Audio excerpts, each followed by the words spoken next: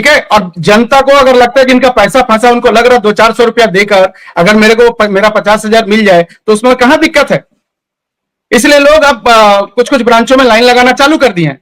उसके अलावा और मैं बताता हूं, कुछ ब्रांचों में जो लोग इनके ऑफिसों में काम करते थे, उन्होंने उस ऑफिसेस से कुछ कंप्यूटर बाहर निकाल लिया है और बाहर में साइबर कैफे टाइप का कुछ खोलकर वहां पर लोगों का डिफिशियंसी दूर करने का काम चालू कर दिया।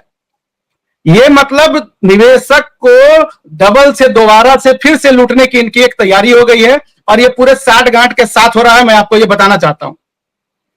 तो जो लोग जा रहे हैं ब्रांचेज में अपना डिफिशियंसी दूर करवाने, उन लोगों से मेरा एक निवेदन है कि डिफिशियंसी दूर कराने के नाम पे पैसा मत दें, कॉलर पकड़े। जिसको पैसा देकर इसके पहले जिसको देकर आपने निवेश करवाया है ना, उनका कॉलर पकड़ने का जरूरत है। आशुतोष जी, आप ये मैंने लड़ाई अब आसानी से मैंने लड़ी नहीं जाएगी, कोर्ट में तो हम लोग लड़ रहे हैं, लेकिन बाहर रास्ते पर इनको बहुत कसकर लताड़ने की जरूरत है। अब ये लोग बहुत दिन तक बिल में छुपे भी नहीं रहेंगे। एक चीज और आपको मैं बताता हूं, ये आपके चैनल पर जो आते हैं कन्हई शाह साहब, सुब्रत राय के दूसरे अवतार साहब, ठीक है, कल एक चैनल पर बोल रहे थे कि 86,000 करोड़ रुपया देने का पोर्टल से मतलब ये हुआ है कि 86,000 करोड़ रुपया पोर्टल से डिस्ट्रीब्यूट होगा। पहले मेरे को ये बात बता दें कि पोर्टल पर 86,000 करोड़ रुपया है, 86,000 करोड़ का व्यवस्था क्या पोर्टल पर हो गया है जो ये बात कर रहे हैं। इसके कुछ दिन पहले तक आप ही के चैनल पर इन्होंने बोला था, आज से 10 दिन या 8 दिन पहले, कि आप देख लीजिए एक पोर्टल एक वैकल्पिक व्यवस्था है, ठीक है। सहारा के ऑफिसों से 10 से 15 दिन के अंदर आपको गुड न्यूज सुनने को मिलेगा कि सहारा के ऑफिस से भी आपका भुगतान मैंने धीरे धीरे चालू किया जाएगा। आप ये बोल रहे हैं कि 86,000 करोड़ पोर्टल से डिस्ट्रीब्यूट किया जाएगा, तो कोई हमको ये बता दे भाई, 86,000 करोड़ रुपया क्या सरकार को दे दिया गया है? पोर्टल पर 86,000 करोड़ रुपया दिख रहा है क्या आप उससे डिस्ट्रीब्यूट करने की बात कर रहे हैं? तो ये नौटंकी बहुत दिन नहीं चलेगा। और मुख्य बात है कि वो जज साहब क्या कर रहे हैं जिनकी देखरेख में पोर्टल से पैसे की वापस अदायगी हो रही है? वो जज साहब कहां हैं? जज साहब सुनिए करने के नाम पर सैकड़ों हजारों रुपए तहसीले जा रहे हैं और वो अगर पूरे ब्रांचों को अगर आप मिला दें तो ये तो हजारों करोड़ का आंकड़ा हो जाएगा। मैं तो इसके पहले भी आपके चैनल पर बोला था कि 300-400 करोड़ रुपया अभी तक लोगों ने अपना खर्च कर दिया पोर्टल पर अप्लाई करने के नाम पे, पहली बार। अब दूसरी बार ये ड्रामा फिर से चालू कर दिया गया है। अभी आंकड़ा बढ़ के मैंने 1000 करोड़ के आसपास पहुंच जाएगा। और जज साहब आप जो बता रहे हो कि जो जज साहब बैठे हैं सीआरसीएच में, वो क्या कर रहे हैं? अमित शाह ने अपने लोगों को बिठा के रखा है कि उनकी कुछ कमाई हो जाए। सरकार अगर चाह लेती कि पब्लिक को पैसा देना है तो इतना ड्रामा ही नहीं होता सर। वो सुब्रत राय और उसके जितने चेले चपाटे हैं उनको कलोर पकड़ती। आपने ईडी घुसा दिया, आपने लखनऊ में ईडी घुसा दिया, आपने कलकत्ता में ईडी घुसा दिया, पकड़ा किसको? उसके लोग आज भी अयासी कर रहे हैं अपने अपने ब्रांचेज में, सहारा सिटी में बैठकर। सहारा के डायरेक्टर, आपने पकड़ा किसको? किसी को भी नहीं पकड़ा। अगस्त में निर्मला सीतारमण ने कहा कि सहारा के खिलाफ सीरियस फ्रॉड इन्वेस्टिगेशन एसएफआईओ काम कर रहा है। वो एसएफआई कहां है? उसका क्या रिपोर्ट है? क्या सीरियस फ्रॉड इन्वेस्टिगेशन ये जांच नहीं कर रही है कि कार्यालय खोल करके डिफिशियंसी दूर करने के लिए पैसे लिए जा रहे हैं?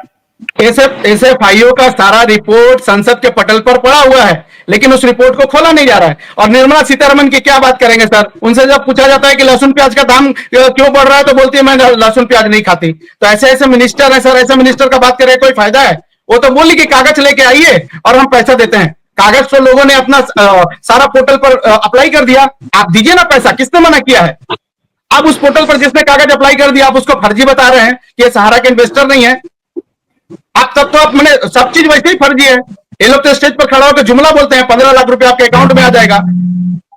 तो ये झूठा सरकार और बेईमान ये सहारा इंडिया दोनों का कॉम्बिनेशन हो गया है और आम आदमी मर रहा है। आम आदमी करे क्या?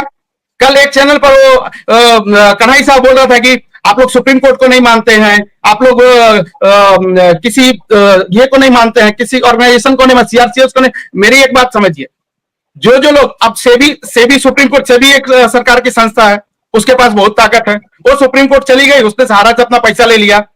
अभी कल उन्होंने बोला कि जो हॉस्पिटल है, हॉस्पिटल के ऊपर कर्ज था तो डीएचएफएल ये में चली गई, एनसीएलटी में चली गई।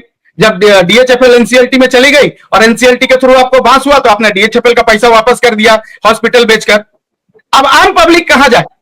अब आप बताओ कि आम पब्लिक कहां जाए अपना पैसा लेने, क्योंकि हमारी पहुंच तो बहुत दूर तक नहीं है, हमारी पहुंच सुप्रीम कोर्ट तक नहीं है। और अलग बात है कि अब हम लोग पहुंच गए हैं, लेकिन सुनवाई कितनी होगी वो देखना होगा।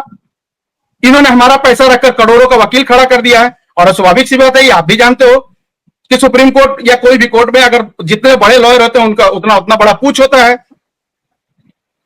तो इन लोगों ने मैंने आदमी को कीड़ा मकोड़ा ही समझ लिया है, और कीड़ों मकोड़ों की तरह मरने के लिए छोड़ दिया है, और बीच में एक दलाल पैदा कर दिया है जो बीच में चैनलों पर आकर बिना मतलब का बात करता है। कभी कभी तो मैंने इच्छा होती है कि अगर वो सामने रहे तो उसको पकड़कर सारे लोग मैंने उसका जो हाल करे ना, मैं आपको क्या बताऊं। लोग अपने पैसे के लिए मर रहे हैं आशुतोष जी, आपको बयान नहीं कर सकते हैं। मेरे 3 कस्टमर है जिसको हर महीने मैं एमआईएस देता हूं। एक कैंसर की पेशेंट है, क्या करूं, उनको छोड़ दूं, उनको पैसा ना दूं? तो कहिए कि हम लोग नौकरी पैसा लोग हैं, कुछ पैसे आ जाते हैं कि हम लोगों की मदद कर पा रहे हैं। स्थिति बद से बदतर है आशुतोष जी, समझिए इस बात को।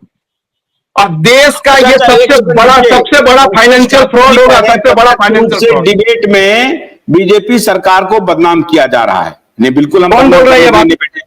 कौन बोल रहा है ये बात? संतोष ठाकुर जी लिख रहे हैं। भैया उनको बोलिए, जो बीजेपी के सपोर्टर हैं, हम लोग उनका फोटो लगाकर उनकी आरती करेंगे, वो लोग पैसा दिलवा देते हैं का। हमको मोदी और अमित शाह से मतलब क्या दुश्मनी है बताइए ना।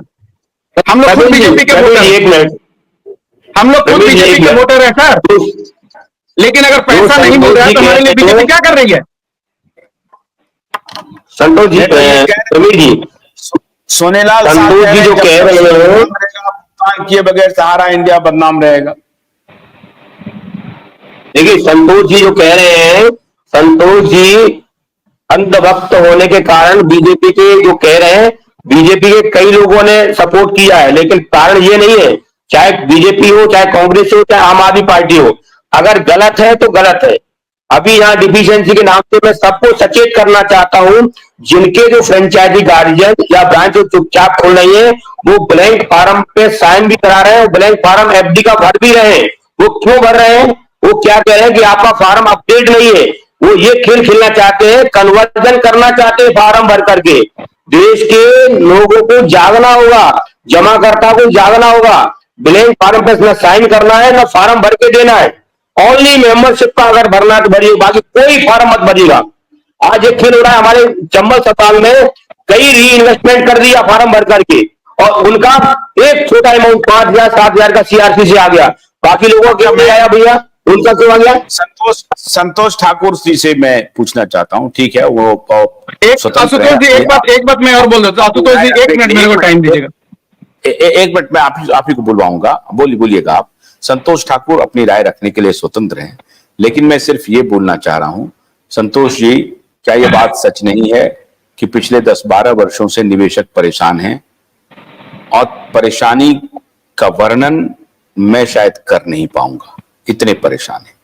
दूसरी बात, क्या, चलिए हम कोई बात नहीं है, इस केस में कोई बात नहीं है, सुप्रीम कोर्ट ने एक जांच के लिए देश के प्रीमियम इंस्टीट्यूट को एक केस सौंपा, और उस केस को 4 साल हो गया, और सुप्रीम कोर्ट ने अपने आदेश में कहा था कि ये जो जांच करेंगे आप, इंक्वायरी करेंगे, तो इंक्वायरी की रिपोर्ट, इंक्वायरी का स्टेटस जरा देश को बताएंगे टाइम टू टाइम कि आप क्या जांच कर रहे हैं।